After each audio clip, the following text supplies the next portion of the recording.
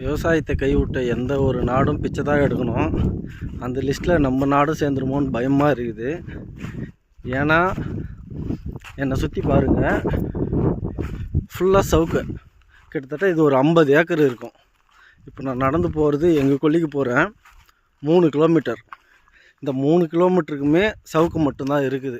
நெல், கம்பு, உளுந்து இது எல்லாமே விவசாயம் பண்ணுவாங்க. ஆனால் இப்போ எல்லாருமே சவுக்க ஒன்றும் பண்ண முடியாது. தண்ணி இல்லை, அவங்கள சொல்லி என்ன புண்ணியம். இன்னும் கொஞ்சம் வருஷத்தில் பாருங்கள், அரிசி விலை எங்கேயோ எகிரி நிற்க போகுது. அப்போ தெரியும் எல்லோரும். ஏதோ நடு காட்டில் நடந்து போகிற மாதிரி இருக்குது. நான் எவ்வளோ தூரம் நடந்து வந்திருப்பேன். எதனா வேறு எதனா செடியை பார்த்துருப்பீங்களா? உங்களுக்கு காமிக்கிறதுக்கு கூட ஒரு பயிர் வகை இல்லைங்க. சிட்டியில் இருக்கிறவங்களுக்கு நான் எந்த பயிர் நான் இப்படி தான் வளரும் அப்படின்ட்டு நான் இதுக்கப்புறம் நான் மொட்டை மாடி பயிர் தான் பண்ணணும் போகுது. வில்லேஜில் இருந்துக்கிட்டு சில சைடு பண்ணுறாங்க, அவங்களும் அதிகபட்சம்லாம் இல்லை. சில சைடு நீங்கள் சொல்கிற விவசாயம் பண்ணுறாங்க, நெல், உளுந்து. அது போதுமானா அந்த அளவுக்கு பத்தாதுன்னு தான் நான் சொல்லுவேன். நம்ம வளர்ந்துட்டோம்.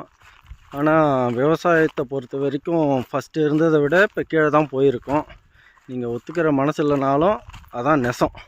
ஒரு நாட்டோடைய வளர்ச்சி விவசாயத்தை பொறுத்து தான் இருக்குது. கை தட்டினா லைட் எரியுது, அதே மாதிரி கை தட்டினா அரிசி வந்தாலும் நல்லா தான் இருக்கும். டெக்னாலஜி எந்த அளவுக்கு வளர்ந்துருக்கோ அந்த அளவுக்கு விவசாயம் அழிஞ்சிருக்கு. இது ஏன் நான் போடுறேன் அப்படின்னா, மைண்டுக்குள்ளே இது ரொம்ப நாளாக ஓடிக்கிட்டே இருந்தது. என்னடா, எனக்கும் கொல்லிக்கு போகும்போது ஃபுல்லாக காடு மாதிரி இது உள்ளே நுழைஞ்சு போகிற மாதிரியே இருக்குது.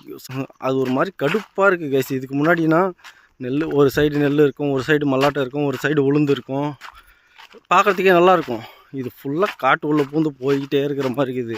இது மனசுக்குள்ளே ரொம்ப நாளாக உறுத்திக்கிட்டே இருந்தது. சொல்லணும்னு நினச்சேன், சொல்லிட்டேன்.